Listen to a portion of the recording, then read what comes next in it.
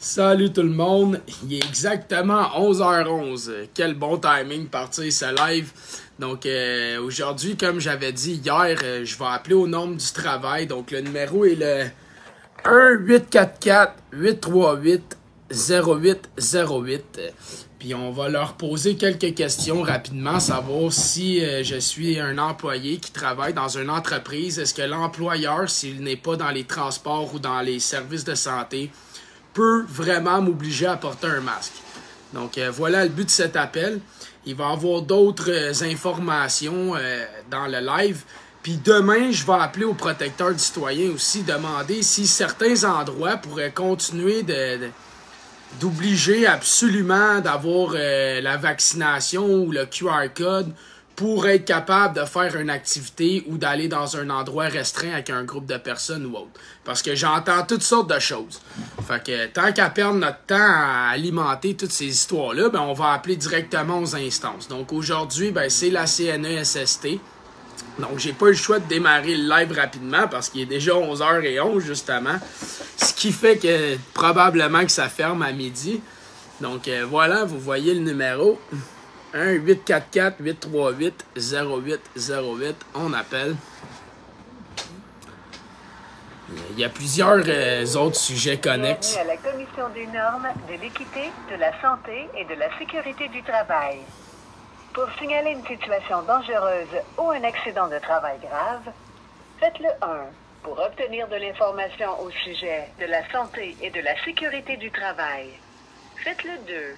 Des normes du Nous désirons vous informer que le délai d'attente pour parler à un de nos préposés est actuellement un peu plus long qu'à l'habitude. Nous nous en excusons. Menu santé et de la sécurité du travail.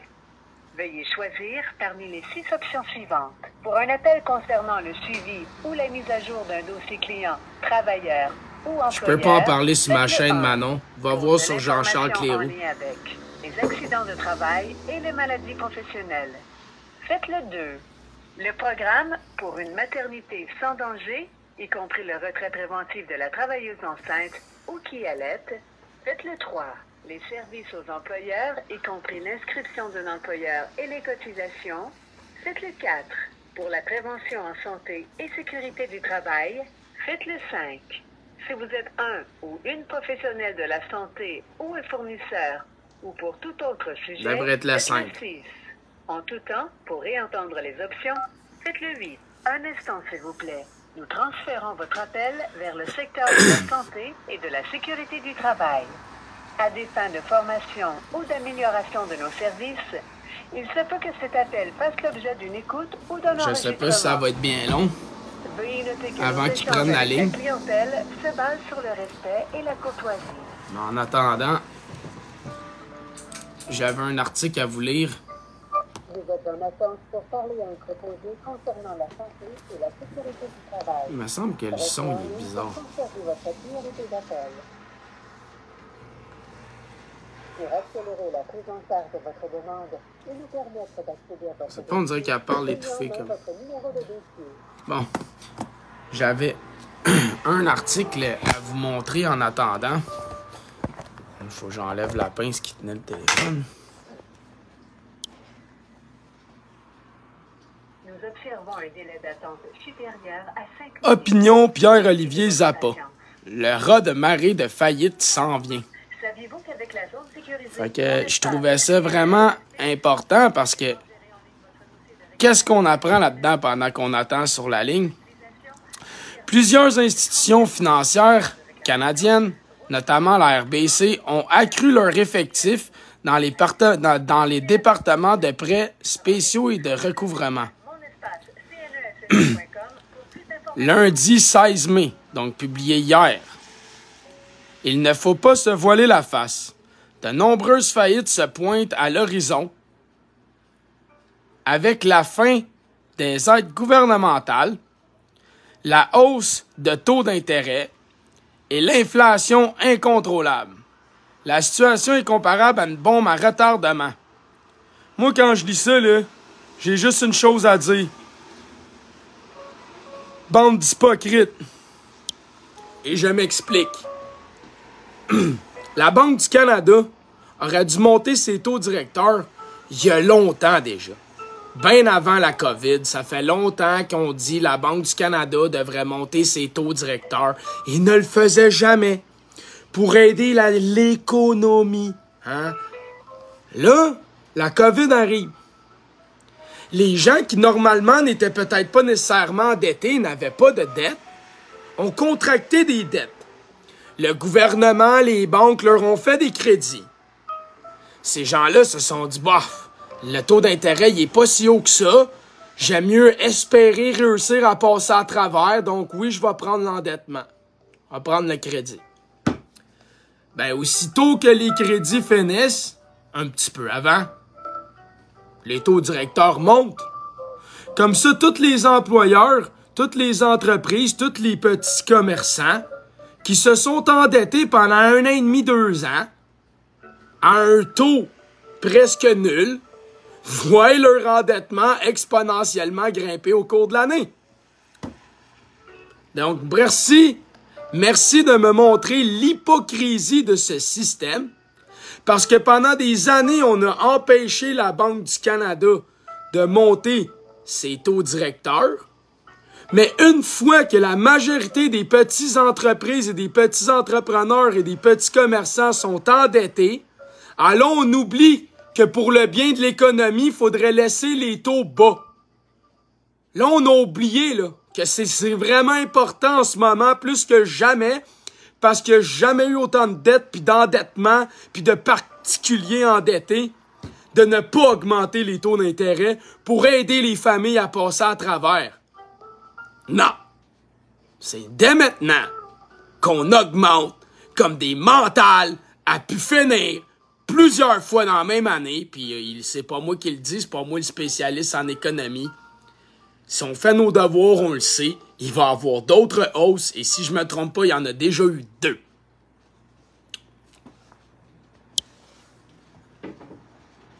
Est-ce qu'il y a quelqu'un sur la ligne? Ok, ça repartit la musique. Plusieurs institutions financières se préparent au pire. Le nombre d'entreprises qui n'arrivent plus à joindre les deux bouts pourrait exploser au cours des prochains mois. Selon mes informations, plusieurs banques ont augmenté leur effectif dans les départements des prêts spéciaux et de recouvrement. C'est notamment le cas de la RBC. Rappelez-vous, l'année passée, on disait qu'une PME sur 4 était menacée. Dans l'article du journal que j'ai lu l'autre jour, c'était 33,8% des entreprises canadiennes. Fait que je sais pas si vous réalisez combien d'employés et d'employeurs sont sur le bord de perdre leur emploi et leur revenu. Donc, je sais que ça pourrait favoriser étrangement, dans un contexte de pénurie de main-d'œuvre, encore une fois, les méga corporations, les gens qui ont les reins solides, comme on dit, qui eux, d'ici 1 an ou 2, quand tous les compétiteurs vont avoir farmé, ils n'auront plus de problème de pénurie de main-d'œuvre. Fait que c'est un mal pour un bien. On ferme les entrepreneurs, les particuliers, les commerçants. Puis on les force à eux-mêmes à aller travailler pour ces décidants. Félicitations à la Banque du Canada, qui clairement a oublié son objectif à sa création en 1935. Félicitations au lieutenant-gouverneur qui crisse à rien. Puis félicitations aux 38 millions de Canadiens qui sont ben trop occupés pour avoir le temps d'en le dénoncer, d'en parler, puis de se soutenir à corriger cette situation qui est une aberration, OK? Donc, je rappellerai aux gens qui sont en train qui viennent d'arriver ou qui n'étaient pas là au début, on est sur la ligne d'attente pour les normes du travail parce qu'on veut leur poser quelques questions au sujet du port du masque en tant qu'employé dans une compagnie, si ce n'est plus obligatoire autre que dans les milieux de soins de santé ou dans les transports. Désolé, des fois, c'est parce que je suis attentif, je porte l'attention au téléphone. On s'attend à voir tomber plusieurs compagnies surendettées. Les généreux programmes d'aide gouvernementale pourraient leur exploser en plein visage. Fait qu'est-ce qu'ils sont en train d'admettre que finalement, les programmes généreux du gouvernement c'est une épée de Damoclès. Puis est-ce qu'on peut aussi admettre que les entreprises qui ne rembourseront pas le prêt au gouvernement canadien, québécois ou privé, qui va absorber les pertes encore? Avec un taux directeur plus élevé qui va faire que notre dette va coûter encore plus qu'elle aurait coûté. Ben, c'est nous, les contribuables, qui a prêté à ces entreprises-là, à travers les programmes généreux du gouvernement, qui a servi à tous nous endetter en leur prêtant l'argent et à nous réendetter au moment où ils perdront tous cet argent.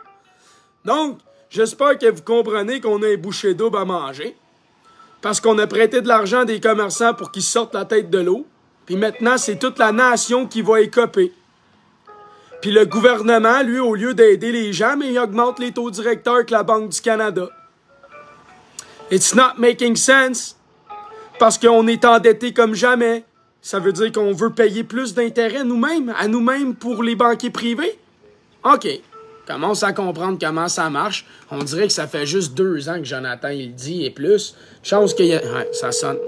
On continue l'article après.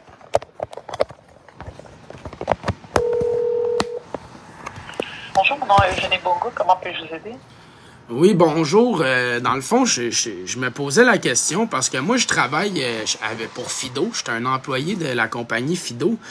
Puis je me demandais, parce que là, je suis allé voir sur votre site, puis j'ai vu le PDF à compter du 14 mai.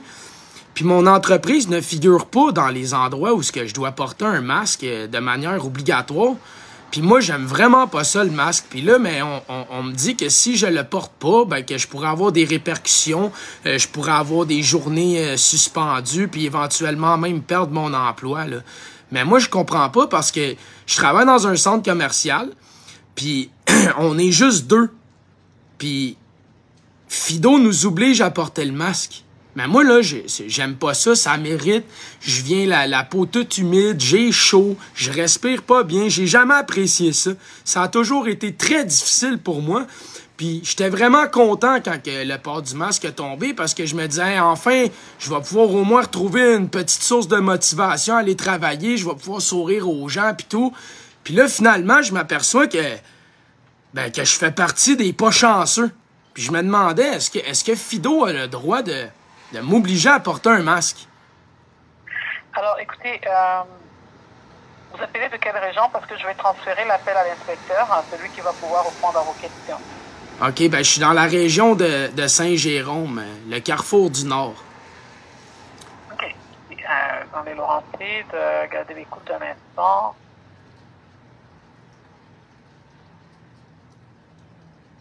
Puis Donc, Oui, allez-y.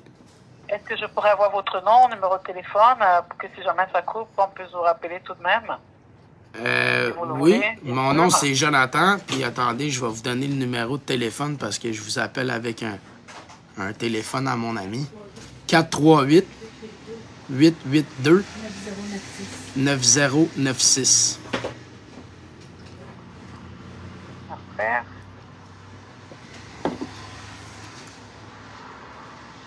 Mon prénom était Jonathan. Oui, je l'avais noté. Ma personnalité juridique, c'est Monsieur Blanchette.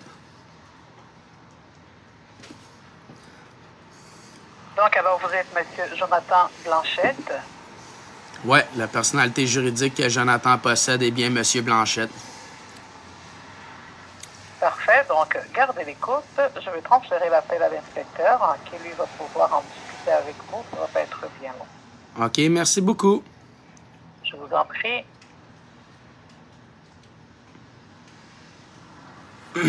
Donc alors, Monsieur Jonathan, si jamais l'inspecteur n'est pas disponible, qu'il est occupé sur une autre ligne, je vous invite à lui laisser un message complet. Il va vous rappeler dans le meilleur délai. OK, parfait. Puis juste, pouvez-vous, j'imagine, si vous me transférez à l'enquêteur, ça veut dire que techniquement, mon employeur n'a pas vraiment nécessairement le droit, là, il y a matière, là. Ça va être à l'inspecteur. de la santé et la sécurité au travail. C'est pas à l'enquêteur. Donc, c'est avec lui que vous allez pouvoir en discuter, d'accord? OK, parce que d'habitude, normalement, quand j'appelle, la personne qui répond peut me donner l'information. Fait que je me demandais pourquoi que cette fois-ci, j'étais transféré à quelqu'un d'autre. Parce que normalement, quand j'appelle aux normes, la personne qui me répond, elle est apte et compétente de me donner toute l'information requise. La personne vous donne les informations dans son domaine de compétence. Alors, ça concerne la santé et la sécurité au travail. Donc, si vous avez appelé déjà la santé publique et que vous n'avez pas eu réponse à votre question, c'est l'inspecteur en santé et sécurité au travail qui va pouvoir vous aider. D'accord? OK. Étant donné que ça concerne une compagnie. Alors, regardez les codes, s'il vous plaît. OK, parfait. Ben merci. Fait que j'attends de me transférer. Puis sinon, ben j'espère qu'il va pouvoir me rappeler rapidement parce que moi, je travaille demain puis j'ai vraiment pas envie de porter mon masque et j'aurais aimé ça pouvoir en parler avec mon employeur pour lui dire que, regarde, là, légalement, les normes du travail me disent que oui ou non, c'est possible ou impossible. Puis si tu continues, moi, je vais agir. D'accord. Alors, gardez les codes. Je transfère l'appel tout de suite. Parfait, merci. Je vous en prie. Souhaitons pogner l'inspecteur, les amis. Sinon, il m'a déclenché un live, mais qui me rappelle sur l'autre téléphone. Parce que je vais traîner celle-là sur moi avec le mien. La minute que lui sonne puis que c'est notre ami, ben je déclencherai un live. That's it, that's all. C'est la dernière fois que le protecteur du citoyen m'avait fait pogner, avait mon numéro. Mais là, lui, Internet, puis mon numéro. L'autre, mon iPhone, ici, il n'y a pas de ligne. Là, puis il n'y a pas Internet. Et là, j'étais, hey man, je me suis tiré dans le pied. Mais je me suis pas tiré dans le pied 2 fois. Hein, j'apprends vite. Il faut se donner le droit à l'erreur. Tu vois, j'ai fait une erreur, je recommence pas. Ça m'a permis de me corriger. Bon, pendant qu'on attend parler à l'enquêteur en souhaitant de pouvoir y parler, moi, je suis pas mal sûr que ça me transfère à l'enquêteur, c'est parce qu'elle sait très bien qu'il y a matière à plaindre. Mais bon. Le mur. On parlait des entreprises qui allaient faire faillite. On parlait des pertes d'emploi qui s'en venaient en attendant. On parlait du fait que tout l'argent des contribuables qu'on a prêté à ces entreprises-là, ben, va nous revenir dans la gueule. Puis là, je blâme pas les entreprises. Oui, allô? Oui, bonjour. Oups. Allô? Oui, bonjour. Excuse-moi, je m'attendais pas à ce que tu me répondes aussi vite. Ça va bien? Oui, bonjour. Ça va bien, merci. Younes Louidi, je suis inspecteur de garde à la CNSST. Ça va bien? Ben oui, j'espère que ça va aller mieux après notre rencontre, parce que moi, Allô? je sais pas si... Oui, ça a coupé encore. J'espère que ça va aller mieux après notre rencontre, là, parce que moi, j'étais un peu débiné. J'étais allé sur le site de la CNESST, puis j'ai vu dans le fond qu'à partir du 14 mai, seules les compagnies... Seules les entreprises de transport, autobus, Uber, taxi ou dans les milieux de soins de santé exigeaient encore le port du masque par le gouvernement. Ça fait que là, tu sais, je comprends ça. Mais moi, je travaille chez Fido dans un centre commercial, un kiosque. Puis on est juste 2 employés dans le kiosque toute la journée. Puis je me demandais si j'avais droit d'enlever mon masque et si mon employeur avait le droit de me dire qu'il pouvait me forcer ce masque sous peine de suspension ou de congédiement éventuel. Écoutez, au niveau de la CNSST, donc ce n'est plus obligatoire le port de masque à partir du 14, comme vous l'avez déjà vu. Oui, c'est ça, oui. Donc c'est pas une obligation au niveau du gouvernement, au niveau de la CNSST, milieu de travail, c'est pas obligatoire. Donc l'employeur... Mais il y a toujours le droit de gérance de l'employeur s'il veut exiger quelque chose de ses employés. Fait que il y a droit d'exiger que je mette un masque, même si c'est considéré pas obligatoire. C'est pas obligatoire, mais son droit de gérance, là, il peut exiger beaucoup de choses, là, de porter n'importe quoi, des fois des costumes un peu particuliers, comme il peut porter, d'accord, donc...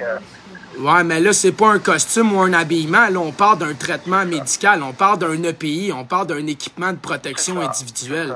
C'est ça, mais Mais là, c'est même pas un équipement de protection individuelle, parce que techniquement, c'est pour protéger les autres, donc c'est pas pour me protéger moi. Ben, c'est pour les deux, normalement. C'était pour les deux, pour protéger, nous protéger, pour protéger le reste. Fait que, ça protège les deux, mutuellement. Fait que mon employeur a le droit... Au niveau de la CNESST, il n'y a pas d'obligation.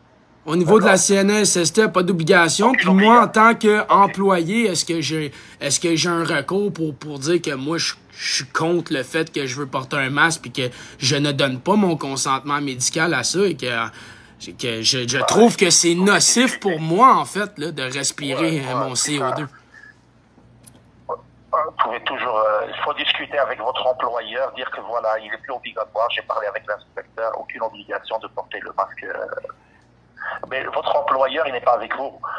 Non, j'appelle aujourd'hui, dans le fond, parce que mon intention était d'avoir des arguments avant d'être préparé, hein, puis d'aller le rencontrer par la suite. Ça, c'est sûr, aucune obligation. Mais je pense, vous, FIDO, c'est pas fédéral, ça? Non, je pense pas. Je crois pas. Moi, c'est une entreprise privée. Les compagnies... OK. Puis, parce que les compagnies, normalement, de téléphonie et tout, ils sont plus fédérales. OK. Ah, ben, peut-être qu'il y a une différence. Puis, indirectement, dans le fond, si c'est plus obligatoire... OK, mais si c'est plus obligatoire, là, ma question, c'est est-ce que moi, j'ai un recours contre mon employeur ou il peut décider que demain matin, je me mets du tape tout le tour de la tête pour travailler? Et écoutez, votre recours, vous pouvez toujours discuter avec votre employeur. Là, c'est sûr que s'il vous oblige, c'est quelque chose qui met en danger votre santé. Ben oui. Ça peut... La contamination croisée, les virus, je respire mon CO2, mon taux d'oxygène. Il faut juste le démontrer là, que c'est un problème par rapport à votre santé et ça prend toute la ville. Ben ça fatigue, on le sait. Ça cause de la fatigue. Ça cause des pertes de concentration. Le masque, des fois, ça irrite la peau, ça fait des boutons. Ça... c'est sûr, si vous avez quelque chose de particulier, là, ça irrite votre peau et ainsi de suite, ou avec ça, vous pouvez demander à un médecin là, comme quoi vous ne pouvez pas le porter aussi. Ben, le médecin, malheureusement, il me l'a dit. C'est que depuis le décret de la COVID, malheureusement, les médecins ne sont pas habilités à donner des exemptions pour le port du masque, qui est quelque chose d'assez incroyable. Mais là, c'est pas obligatoire, vous comprenez? Ben, c'est ça, c'est pour ça que j'essaie de comprendre avec vous comment quelque chose d'obligatoire qui n'est pas obligatoire peut devenir obligatoire par mon employeur. Et là, tu me dis l'employeur peut me forcer certains codes vestimentaires, mais tu sais, c'est un peu comme je t'ai dit, ça veut-tu dire que demain matin, il peut me dire, Jonathan, tu te tapes la bouche, puis tu t'en vas travailler, puis sinon tu rentres plus? Ben, c'est ça. Donc, ce que je vous dis, moi, ce n'est plus obligatoire de porter le masque. Donc, il reste le droit de gérance de l'employeur. OK. Et ça, si vous avez une attestation, pourquoi vous ne pouvez pas, ça vous fait des problématiques particulières, ça, vous pouvez avec ça vous défendre contre votre employé. OK, puis le droit de... C'est comme ça que je vois la chose. Il faut démontrer que vous avez un problème et que problème respiratoire, problème de la peau, ainsi de suite. Votre médecin... La fatigue ou n'importe quel effet secondaire. OK. Ouais. Puis moi, je me demandais, dernière question rapidement, là, je me demandais, dans le fond, en quoi est-ce que le droit de gérance d'une entreprise privée a la compétence et apte à outrepasser les constitutions internationales, les droits civils, les droits de l'homme, les droits canadiens? Ça, c'est comme, écoute, c'est pas constitution, c'est juste qu'il peut vous obliger. Il y a certains employeurs qui vont même dépasser les normes et tout, exiger plus d'exigences envers leur employeur par rapport aux équipements de protection, par rapport à beaucoup de choses. Donc, ils sont plus... Quand c'est justifié. Oui. C'est ça, il faut que le bénéfice-risque soit vraiment là pour qu'ils puissent exiger au-delà d'un droit humain. C'est ça ce qu'il faut. Écoute, ça, on est rentré dans c'est pour ça que je vous demande, vous pouvez bien sûr, pour remédier à ça, là, demander une attestation d'un médecin là, qui vous dit que ça vous provoque problème, ainsi de suite. Là. Mais si j'ai bien compris ce que vous m'avez dit, en fait, La minute que je suis pas d'accord de porter ça, je peux en parler avec mon employeur.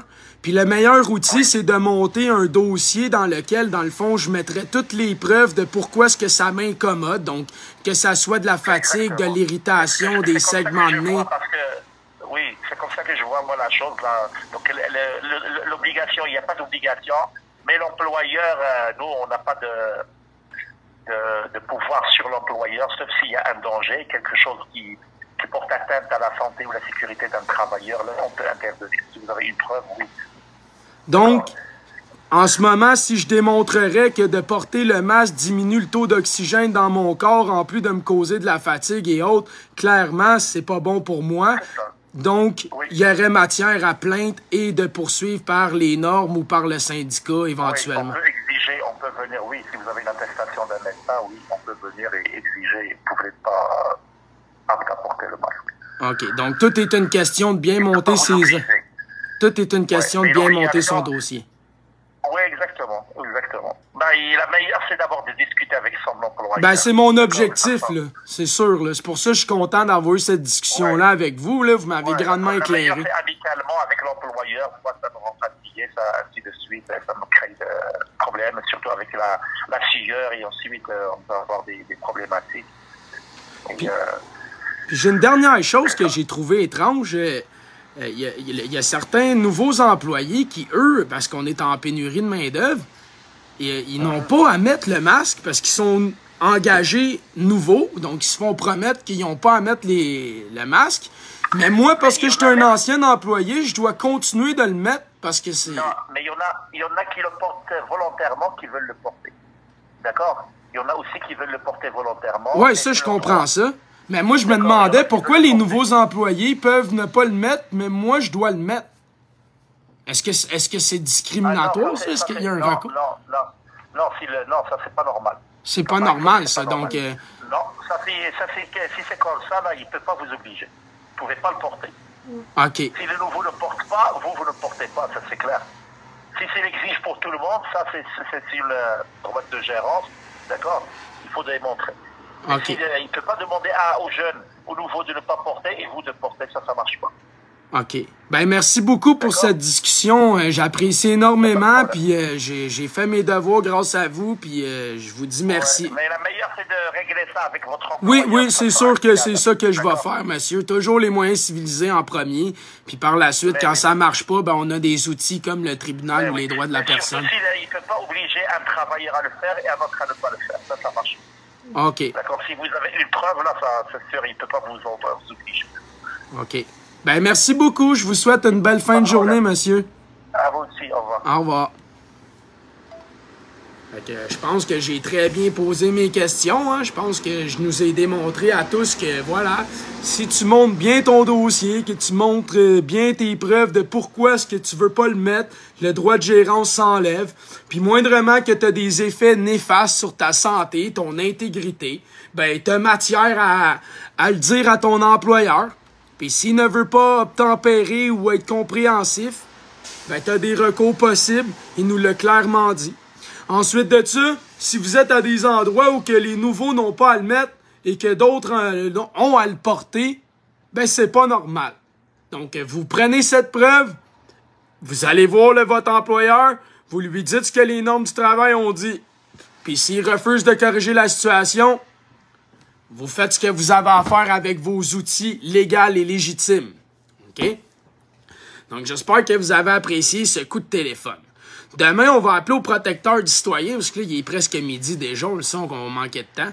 Puis on va leur parler, parce qu'eux, ils sont là pour toutes les institutions publiques ou autres, puis on va leur demander si c'est normal que certains endroits ont le droit ou non d'empêcher des gens vaccinés ou non, d'accéder ou non à un lieu, ou à un camp, ou à un transport, ou à un événement. Parce que j'en entends tout ça. Fait qu'on va les appeler demain, puis on va leur demander à eux autres aussi.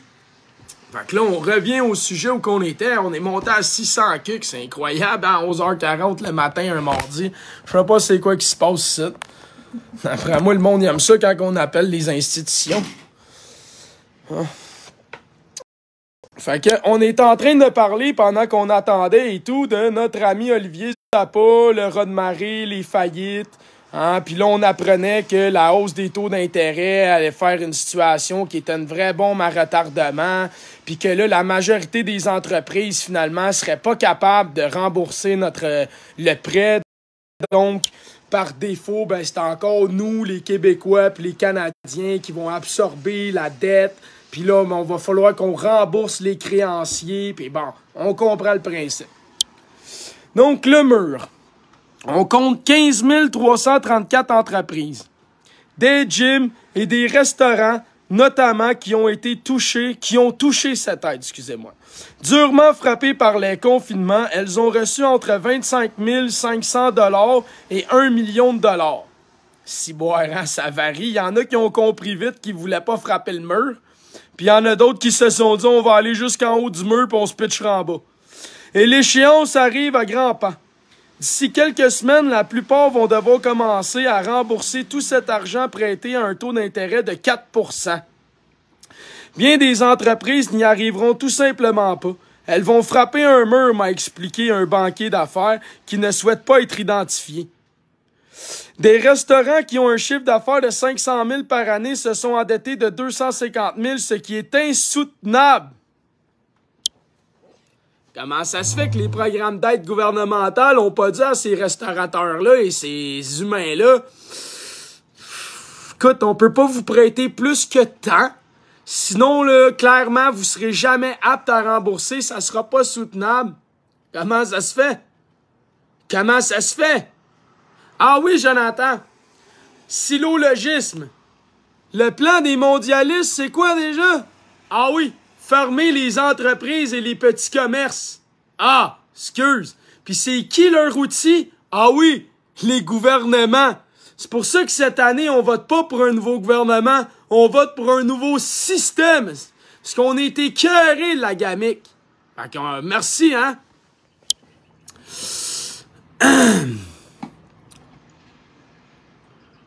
Ils vont devoir rembourser le capital, les intérêts et affronter l'inflation. Plusieurs vont tomber. Ah ben, Colin, on dirait ce que notre communauté de gens aguerris avertis a essayé de leur dire pendant 2 ans et demi. Sauvez vos familles, sauvez l'économie, sauvez vos commerces, sauvez vos jobs, restez ouverts, c'est juste un rhume. À ce temps, le premier ministre le dit lui-même, c'est juste un petit rhume ou à peu près. À nous avoir écouté il y a 2 ans et demi, là, peut-être qu'on n'en serait pas rendu là. Mais tous ont le droit de faire des erreurs parce que tous doivent apprendre de ces erreurs. Enfin, j'espère que la prochaine fois qu'une situation pareille va se présenter, vous allez avoir appris de vos erreurs et que vous allez admettre cette fois qu'il serait bien d'être du bon côté. 3,4 milliards de dollars ont été prêtés via le PCSTT, à condition d'être remboursés sur un horizon de 10 ans. Avec l'inflation galopante, la pénurie de main-d'œuvre et la chute boursière actuelle, bonne chance aux entreprises pour trouver les fonds nécessaires. Réalisez-vous que pendant ce temps-là, on donne encore des subventions à des corporations à pu finir. On a un service de la dette à pu finir. Pourquoi, si on veut vraiment aider ces Québécois-là, ces Canadiens-là, on ne fait pas juste éponger le 3,4 milliards de leur dette puis de leur dire, garde, repartez donc à zéro. Parce que de toute manière, on le sait que vous ne serez pas capable. Puis de toute manière, il va falloir qu'on la rembourse, votre dette collective, anyway. Fait que, pour le bien de la nation et l'intérêt de l'économie de la nation, nous allons tous absorber vos dettes comme nous l'avons fait depuis 2 ans et on vous remet une balance de 0. Donc, soit vous fermez, parce que vous avez compris, ou soit vous avez intérêt de commencer à être rentable. Parce que les Québécois et les Canadiens, on a quand même une limite un moment donné. Fait que, tu sais, il me semble, il est où le gros bon sens? Je sais pas. Mais quand t'envoies de l'argent du monde pour payer leur compte d'hydro, mais qu'hydro appartient au gouvernement, tu te dis pourquoi tu y envoies juste pas un compte à 0? Vague d'insolvabilité. À plusieurs reprises depuis mars 2020, des analystes prévoient que l'économie frappera un mur d'insolvabilité. Mais ce scénario ne s'est pas encore avéré, du moins jusqu'à aujourd'hui. Au cours des 2 dernières années, on n'a jamais vu si peu d'entreprises forcées de faire faillite. Une des raisons principales est simple à comprendre, elles n'avaient pas à rembourser les prêts garantis par le gouvernement pour traverser la pandémie. Fait 2 ans qu'il aurait fait faillite, sinon. Fait 2 ans! Mais non, au lieu de laisser le libre marché, encore une fois, le gouvernement s'en est mêlé que sa fausse pandémie pour créer une double inflation en endettant tout le monde. Sérieusement, moi, quand je lis ça, là, je te jure dans ma tête, ça cogne, là. C'est ting, ling, ling, ling, ling, ling, ling, ling, ça arrête pas. Mais le retour à la réalité pourrait s'avérer très difficile. Pour vous donner une idée, un gym qui a emprunté 1 million de dollars pour traverser la crise devra maintenant rembourser jusqu'à 140 000 chaque année au cours des 10 prochaines années. C'est tout un fardeau pour une petite PME. La question que je me pose encore, je l'ai posée tantôt, mais on va se la reposer encore. Comment ça se fait qu'il n'y a pas personne qui a dit au propriétaire de gym, « Hey! Si on serait 1 million, là, tu me donnes 140 000 par année. » Comment ça? Il n'y a pas personne qui a expliqué ça au gars. Je suis plus capable de vivre dans un Walking Dead, man. Signe précurseur. Déjà vendredi dernier, le journal rapportait une hausse de 34% des dossiers d'insolvabilité chez les entreprises canadiennes par rapport au premier trimestre. C'était 33,8, c'est rendu 34. Bon. C'est la plus forte augmentation d'entreprises en difficulté depuis 1991.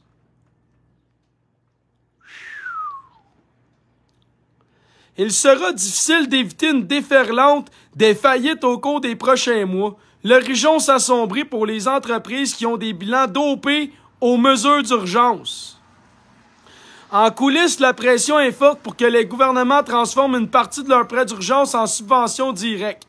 Le fédéral a prêté beaucoup d'argent à des entreprises qui en arrachaient déjà avant la pandémie. Quand viendra le moment de rembourser cette aide d'ici quelques semaines, j'anticipe bien des fermetures et des pertes d'emplois, témoigne une autre source du milieu bancaire qui supervise les comptes d'une centaine de PME québécoises. Sans oublier l'inflation.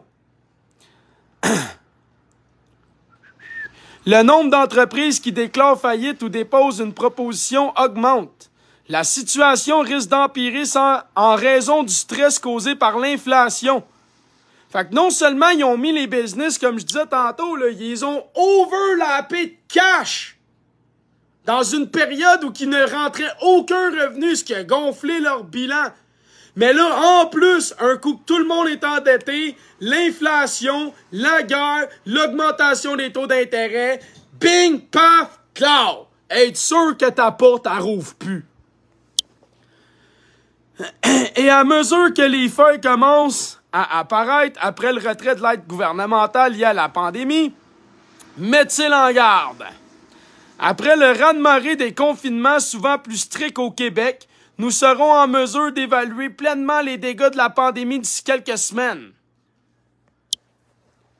Je te garantis que Boileau il avait dit la moitié des morts sont pas morts de la COVID. On était à 14 000 cucs, mettons 15 000. Ça fait 7 500.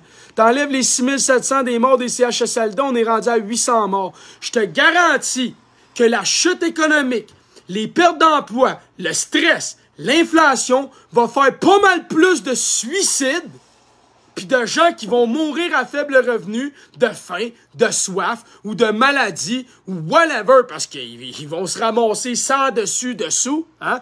Comme le monsieur itinérant que j'ai rencontré l'autre jour, Robert, qui lui s'est ramassé à la rue parce qu'il a 3 maladies, hein? Qui peut pas travailler, puis son propriétaire, il a sacré une augmentation de loyer de 200-300 $ d'un coup. Paf! Hein? Il est à la rue, à cette heure, t'es en train de crever. Et voilà. Voilà. Fait que je me demandais, là, le dégât qu'on a fait économiquement pour sauver à peine 800 personnes. It's making sense to you? Or for their plan? Je pense que leur plan fait pas mal plus de sens. L'identité numérique à côté, l'inflation, l'endettement, les PME sont en train de tout farmer, tout en train de shutdown. Ben oui, exactement, Mini Perron. C'est ce qu'ils veulent. Ben oui, exactement. Fait que c'est ça ma question. Est-ce que vous pouvez admettre tous les autres qui n'avaient pas encore compris ce fait que vous étiez dans l'erreur? Et on peut-tu arrêter de reproduire ces erreurs?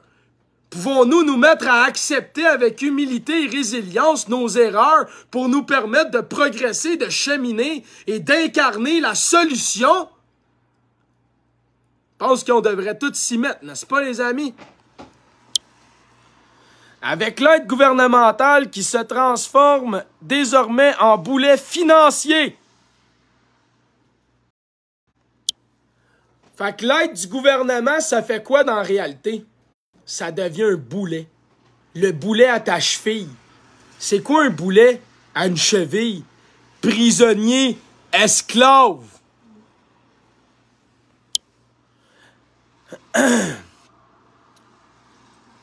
Il faut s'attendre à un nouveau choc qui pourrait s'avérer brutal.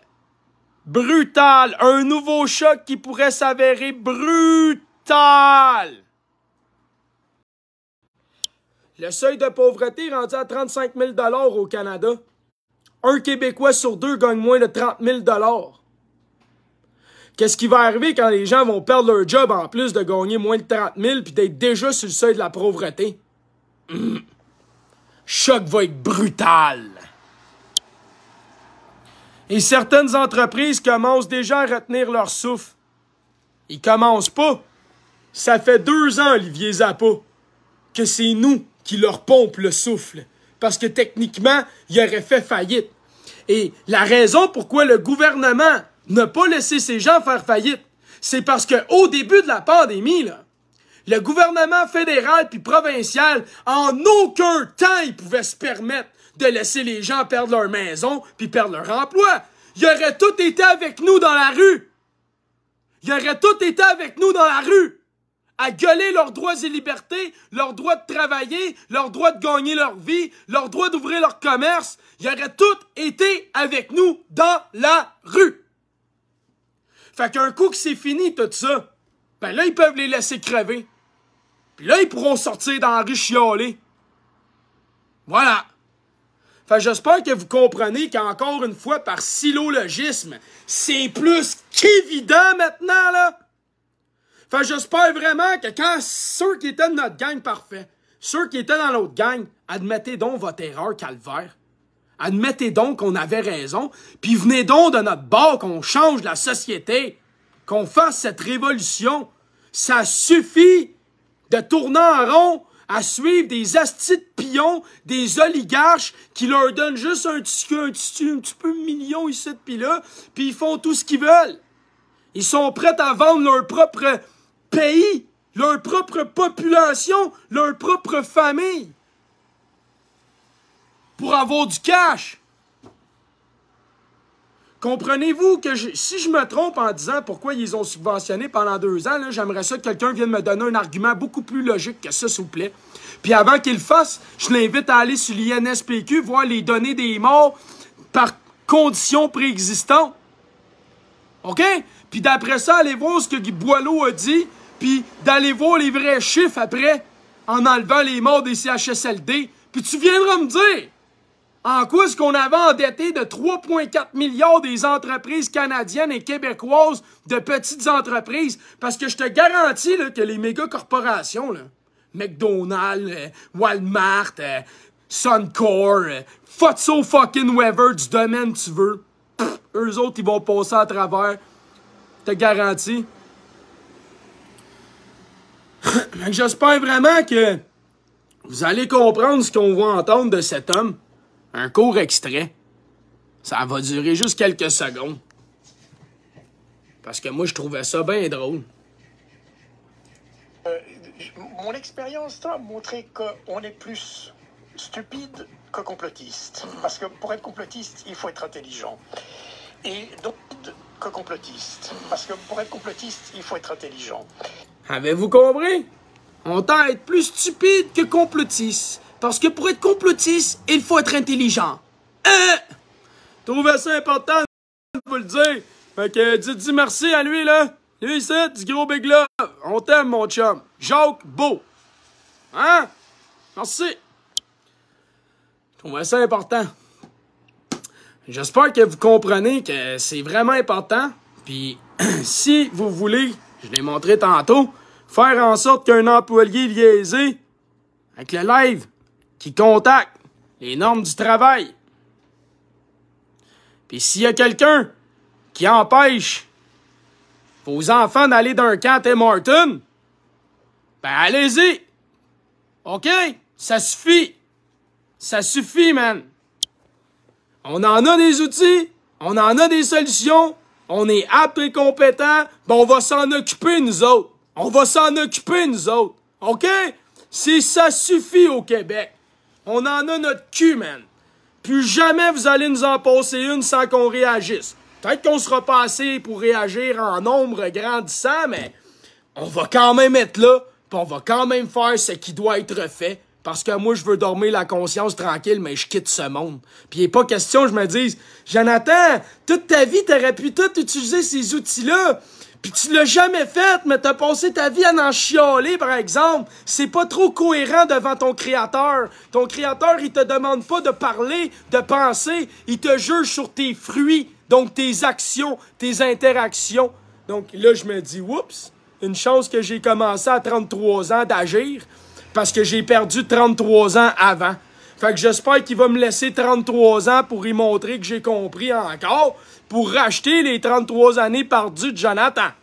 Fait que je vous invite à comprendre la même chose que moi en ce moment. Puis là, faut que je vous raccroche ici. J'ai besoin de ma clip. Parce que là, je vais avoir besoin de mes deux mains. On vous retape ici en haut. Ah oui, ma gang de tapés, qu'un toi. Tape ça là. Hey, on a monté à 630. C'est ça pas ce qui est arrivé. Là, on en a perdu une centaine d'une claque, là, mais c'est pas grave, ça. On est habitués, les gens, quand tu leur dis trop de choses, tu sais, que tu as vu, commence à dire aux gens d'agir, on est passé de 630 à 490 en 4 secondes et demie. C'est étrange de même. Merci beaucoup, Mégane. Bonjour tout le monde.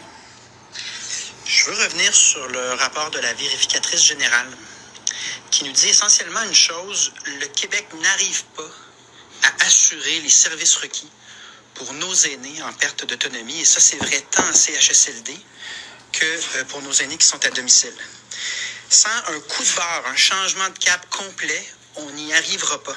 Et vous le savez, au Parti québécois... Et voilà, et vous le savez, fuck le Parti québécois. Sans un coup de barre complet, on n'y arrivera pas. C'est pour ça que je vais en profiter, merci Paul Saint-Pierre Plamondon, de rappeler à tout le monde, nous ne votons plus pour des nouveaux gouvernements. Nous votons pour un nouveau système qui représente les humains, la vie, la biodiversité, avant le PIB, puis le profit, tabarnak.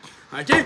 Nous autres, on veut un système qui prône l'économie d'ici, locale, justement pour prévenir l'inflation, pour prévenir le manque d'approvisionnement, pour prévenir l'offre et la demande soient contrôlées par des Tukis, OK? Fait que nous, c'est ce qu'on veut ici, maintenant.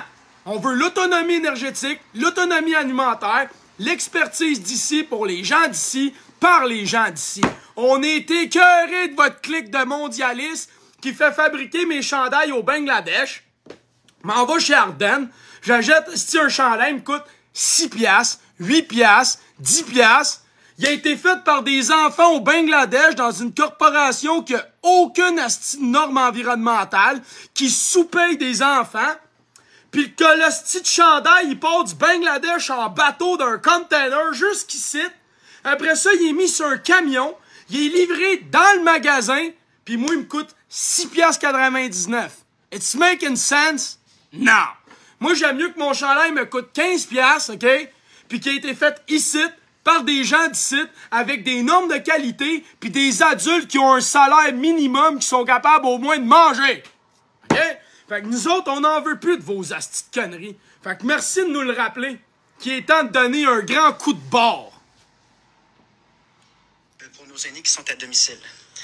Sans un coup de barre, un changement de cap complet, on n'y arrivera pas. Et vous le savez, au Parti québécois, ça fait plusieurs fois qu'on sonne l'alarme à ce sujet-là. On a déposé un plan qui est complet, qui s'appelle « Vivre et vieillir avec dignité ». Et c'est un changement de cap parce que ce qu'on remet en question, c'est le modèle mis en place par la CAQ où l'argent est investi dans le béton et où la question des soins à domicile est complètement occultée. Et là, c'est la vérificatrice générale qui nous donne des chiffres. L'argent est investi dans le béton et non dans les soins de santé en général. C'est pour ça qu'après ça, on entend juste la CAQ dire « Ouais, mais on n'a jamais mis autant d'argent! On n'a jamais mis autant d'argent! On n'a jamais mis autant d'argent! » Mais qu'il n'y a jamais eu autant de problèmes! Ils construisent des bâtisses neuves au lieu de mettre du personnel dedans. Mais là, je me posais la question de même. Tu sais, la société secrète monolithique, ne sont-ils pas des bâtisseurs? Ne sont-ils pas des maçons? Ne sont-ils pas des gens qui construisent depuis la nuit des temps? Ah! Pourquoi l'argent au Québec va dans le béton? Et ça me paraît évident. Pose-toi surtout pas la question si t'es pas d'accord avec ce que je dis, parce que tu pourrais détruire ton illusion. Ça serait vraiment triste qu'aujourd'hui, tu te ramasses détruit dans tes illusions. Mais tu me diras, je me trompe, par exemple. Je serais curieux de le savoir. La majorité des aînés obtiennent en deçà de 5% des services à domicile dont ils ont réellement besoin. En deçà de 5% des services dont ils ont réellement besoin. Hey, ça commence à ressembler au spectre visible de l'œil humain et des oreilles humaines dans l'entièreté de la grille des énergies. À peu près 5% du spectre lumineux, auditif et autres de tout ce qu'il y a autour de nous qu'on voit et qu'on perçoit. Ah ouais. 95% du reste, on s'en calisse, on le voit pas, on le sait pas, on n'entend pas parler. Ça ressemble à ça. C'est-tu normal au Québec que les aînés aient moins de 5% des soins à domicile qu'ils ont besoin, mais que ça fait au minimum 10-15 ans qu'on entend parler de programmes de soins à domicile, puis que c'est important parce que ça déchargerait le réseau, puis ça libérerait des chambres d'hôpital, puis ça libérerait des CHSLD, puis les gens, quand ils vivent chez eux, sont meilleurs, en plus longue santé, plus longtemps, puis... Tu sais quoi? Jonathan, ferme donc ta gueule. Pas être plus criant que ça. On rate complètement la cible et ce sont les mêmes constats en hébergement où malheureusement la CAQ préfère investir 1 million par place pour des maisons des aînés qui coûtent une fortune à haut. 1 million par place par aîné. 1 million par chambre par aîné. Hey, de malade mental! Prends donc 1 million par chambre, pis engage donc du monde, puis va donc donner des soins à domicile, la petite sans dessin. T'es dans un contexte d'économie qui est en train de crasher. Les infirmières dans les hôpitaux sont plus capables de travailler dans les hosties de conditions de bâtard. Ben, envoyez-les donc travailler à domicile chez les personnes âgées, puis sacrement paye-les. Non, Jonathan, la CAQ, hein, elle a voulu donner des contrôles aux bâtisseurs de ce monde. Puis les bâtisseurs de ce monde, ils ont dit, écoute, là, un aîné au Québec, ça y prend une chambre qui coûte 1 million. Voyons! Tabarnak, man! Hein? Ben ouais, it's making sense. On a déboursé ces sommes colossales pour la construction. Donc le constat, c'est que le Québec que nous organise, que nous propose la CAQ, il n'est pas digne de ses aînés. Non, il n'est pas digne de rien. Dans la continuité des politiques du Parti libéral. La CAQ, ma CAQ. Pas la voix pourtant tellement claire de nos aînés qui disent même là, c'est insultant un singe. Soins à domicile. Entendez notre volonté de participer le plus longtemps possible et le mieux possible à notre société plutôt que de nous tasser de côté. Et c'est précisément ce que le plan de plus de 30 propositions du Parti québécois propose. Donc, nous, on est comme les autres partis. On utilise les feuilles de nos ennemis pour nous faire du capital, mais comme tous les gouvernements successifs nous ont démontré depuis les 42 législatures qu'on a eues au Québec, ben, À part les 2, 3, 4 premières, tout le reste, ça valait pas de la mort! Des fois, je me demande vraiment là, comment est-ce que notre gouvernement a pu être aussi intense et super bon dans le temps pour en venir à autant de dons pasteurs. On avait un des endroits les meilleurs à vivre au Québec avant. On avait les programmes, on a tout. Je sais pas ce qui est arrivé. Tout s'est en train de tomber comme un château de cartes. Comme aux mesures, hein, devant l'Assemblée nationale, il y avait un château de cartes. Hein? C'est ça. Je comprends pas. Je comprends pas comment est-ce que... Lui, là, ce qu'il dit là, il dit là. Là, il dit. Parce que les élections s'en viennent. Mais quand les astis de contrat étaient signés, pourquoi il gueulait pas déjà? T'es pas en campagne électorale. T'es pas en année électorale, Jonathan. Ben, c'était pas payant de dénoncer le gouvernement quand t'es pas en année électorale. Les gens s'en souviendront pas dans 4 ans. Ben, tu fermes ta gueule 4 ans, tu lèches le gouvernement pendant 4 ans, puis là, quand l'élection électorale arrive, le gouvernement, c'est un ci, c'est un ça. Mais là, tu t'en vas voir qu'est-ce que lui, il a collissé pendant 4 ans contre le gouvernement. Il a voté tous ses hosties de projets de loi. Hostie! T'es crédible, c'est écœurant. Un gars comme toi, là, j'espère que tu crées pas en Dieu puis au Créateur, parce que même tu te ramasses devant lui, bonne chance, mon homme, avec tes astis de babines qui ont jamais suivi tes bottines. OK? Non, mais, hey, pour vrai, là, c'est... Ouh! Ah, je suis plus capable. Si on le laissé finir, il reste 30 secondes, peut-être qu'il va dire quelque chose d'intelligent. Ce qui me frappe également, vous remarquerez l'indifférence du gouvernement suite à ces révélations-là. Est-ce que vous avez entendu hier... L'indifférence du gouvernement suite à ces révélations-là. C'est lui qui a signé le contrat avec ses chums d'1 million par chambre. Tu penses-tu qu'il le savait pas? N'importe quoi, ce qu'il vient de dire? Calvaire! Tu penses vraiment que le gouvernement va faire comme... Oh mon Dieu! Oh, nous, la CAQ, nous sommes incroyables! Nous avons échoué! Quel contrat lamentable! Quelle qualité de soins lamentable! Nous sommes vraiment merdiques! Ben non, c'est sûr qu'il dira rien, calice. Voyons non. Hey, avoir de l'humilité puis d'être capable de dire, hey, j'ai fait une méchante bourde aujourd'hui. Dire, moi je suis capable de le faire là. D'un ministre là. D'après moi, ça serait une première. Jonathan qui arrive au Parlement, un ministre qui est capable de dire, je me suis trompé. Tabarnak, juste là, c'est une révolution en soi. Se remettre en question ou à même juste discuter du fait que la vérificatrice générale, son constat est sans appel. On s'occupe pas de nos aînés en perte d'autonomie. On n'a pas un Québec digne de nos aînés. Je trouve ça triste à voir, mais il y aura un parti aux prochaines élections qui a fait ses devoirs, arrive avec un... Ah oui, il a fait ses devoirs. Il a tellement fait ses devoirs, son esti de parti de manger de marde, que ça fait 2 ans qu'on est en urgence sanitaire.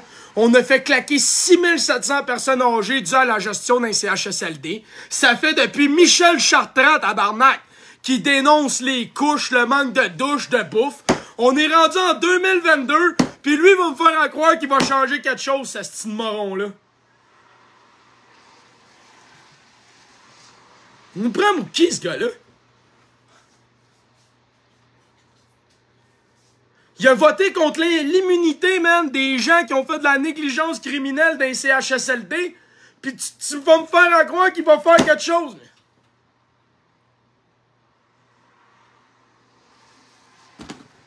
Oh. Hein? C'est ça que je me disais. Je pense qu'on se comprend. Comme je disais hier, on est rendu qu'on fait de la télépathie, gang. On n'a même plus besoin de parler, on se comprend tout de suite. Il semble que j'avais un dernier vidéo que je voulais vous montrer, mais peut-être que je me trompe.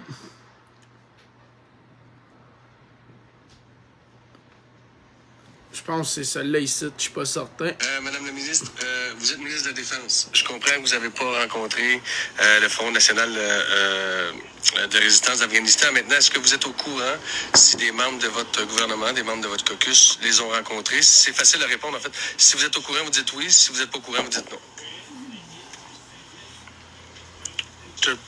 I am not aware. Pas à ma connaissance. Dire que la ministre de la Défense pas au courant, savoir s'il y a des députés de son propre gouvernement qui ont rencontré le Front national de résistance d'Afghanistan.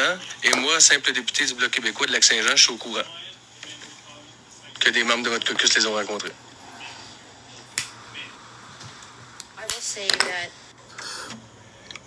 Je vais dire que selon l'opération Aegis, nous avons garanti que 1700 Afghans ont été évacués de l'Afghanistan. C'est l'effort qu'a fourni le ministère. Sénat, je vais arrêter de poser mes questions, mais il faut que vous me le disiez. Il ne faut pas que vous passiez à côté de la question, là.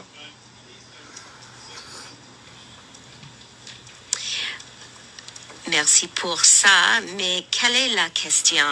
La question, c'est est-ce que des membres de votre caucus libéral ont rencontré le Front national de résistance d'Afghanistan? C'est pas compliqué comme question, là. Monsieur le Président, comme j'ai déjà dit... Est-ce qu'elle cherche quoi à dire, man? Moi, là, ça me rend débile d'avoir ça. Quelqu'un dit, hey, t'es madame à la défense, là. T'as-tu rencontré, oui ou non, le groupe en Afghanistan?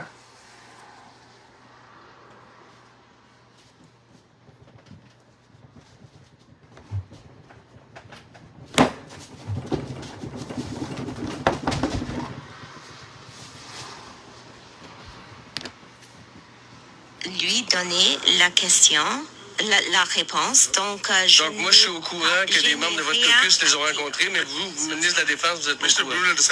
Le Bloc québécois a plus d'informations que la ministre de la Défense. Le Bloc québécois a plus d'informations que la ministre de la Défense. Bon.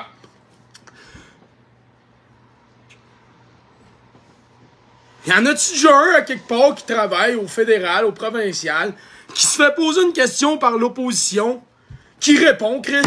Excusez-moi le blasphème. Y a-tu quelqu'un qui répond à ça? Y a-tu quelqu'un qui répond aux questions des gens qu'on mandate, nous, la population, pour aller poser nos questions? Non! Mais non! Fait que comprenez-vous pourquoi il est vraiment temps de voter pour un nouveau système? Clairement, un gouvernement, ça sert à rien, ça vaut rien, c'est même pas capable de répondre à une crise de questions. Puis ça, c'est l'élite de l'élite qui me fait blasphémer 2 fois le nom du Seigneur en 2 minutes, juste parce qu'ils ont de l'air d'une vraie gang de Touki, man. OK? Fait que, j'espère vraiment que vous comprenez qu'au Canada pis au Québec, là, il est grand temps que les citoyens rentrent dans les parlements pis dans les assemblements, là. Ça pue de bon sang. OK? Fait que rappelez-vous que cette année, là, on va avoir besoin de bénévoles d'un comté, on va avoir besoin de candidats, on va avoir besoin d'humains conscients prêts à circuler, marcher et informer dans les quartiers, parce qu'il est temps de faire une vraie révolution, comme ils s'en attendront pas, ces sales cons. OK? So, je vous invite à vous inscrire sur le site de Démocratie Directe, de monter des événements, de prendre votre carte de membre qui est gratuite. Ben oui! Elle est gratuite! Nous, on ne demande pas 15$. Mais non, on ne demande pas 15$. On n'est pas fins, nous autres. C'est gratis. Asti! Ben oui! C'est gratis! Bon, fait que tu devrais le prendre. C'est gratis! Par la suite, tu peux t'inscrire comme bénévole, comme candidat. Tu peux monter des événements dans ton quartier. Tu peux faire plein d'affaires, des suggestions, des propositions. Tu peux voter. Parle-en à tes amis. Propager la plateforme à vos familles, à vos collègues, puis rappelez-leur que pour la première fois, il y a un parti politique qui a créé un vrai outil démocratique qui devrait exister depuis au moins le temps du programme Brancher les familles. Donc, voilà, plus qu'on est d'abonnés, plus qu'on est à faire des propositions, puis à voter, puis à être des bénévoles dans les quartiers pour distribuer les pamphlets, les pancartes, ou dans le temps des élections, aller marcher, puis informer les gens sur les valeurs et le nouveau parti qui est Démocratie Directe, ben je vous invite vraiment à le faire, OK? Parce que vous me passez votre temps à me demander qu'est-ce que je peux faire pour t'aider, ben regarde, j'arrête pas de vous en donner des choses à faire pour m'aider. Fait que merci à vous autres, bonne fin de journée. Là, je m'en vais voir mon voisin qui est en grève à SQDC parce que leurs employeurs ont décidé, même si c'est pas dans l'habit de travail ou dans la convention de travail, qu'ils n'ont pas le droit de porter des shorts. Ouais, ils ont décidé ça. Fait qu'étrangement, un peu comme le port du masque, c'est dans le code vestimentaire. Ils ont fait un grief syndical de partout. Puis là, la SQDC commence à patiner pas loin de chez vous.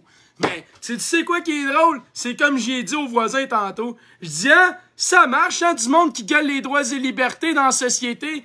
D'après moi, on est rendu une méchante gang à se défendre, là où avant, ça passait inaperçu. Ben voilà, maintenant, ma gang de serpents, vous êtes exposés. Vous vous en sortirez plus. C'est fini. Fait que, priez votre divinité, votre mal qui a dit, qui réussisse à nous contrer. Bonne chance, mon ami. C'est au 432 Hz, 72 BPM, je t'aime, oui, toi, parce que c'est toi pis moi qui va le faire, ce nouveau système-là. Ben oui, pis y'a personne va nous arrêter. Salut.